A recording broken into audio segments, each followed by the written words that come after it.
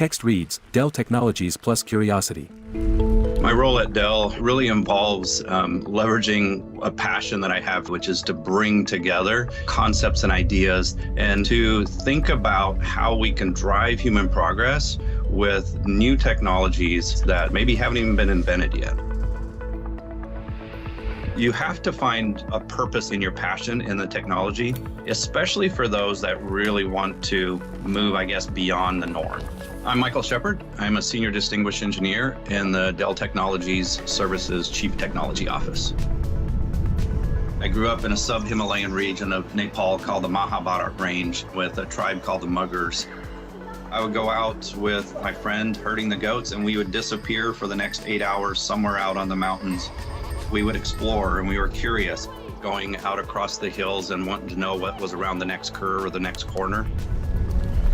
I remember being in the city and seeing a car, like a go-kart type thing, and I was like, how could I make this run in the village?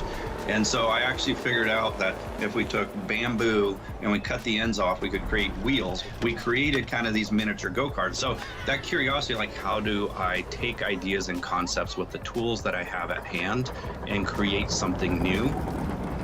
I went from Nepal into electrical engineering at the university. There was an aspect of just simply always being curious about how electricity worked and applied to technology. And I remember having a passion to go back thinking, here are some fundamental technologies in electrical engineering that would be highly valuable in a country like Nepal. Growing up in a developing country has really impacted how I view the way we create technologies that are available and accessible to all mankind. And that's really where my vision of a lot of my work over the last few years has been less around the algorithms of artificial intelligence and more about the usability of artificial intelligence for every single person. People ask me, like, how did you get from there to here? How did you get from Nepal to a senior distinguished engineer? The reality is, I do what I do today because of 100 or 1,000 aha moments. And at every single stage, I would have never projected that I would have ended up where I am today.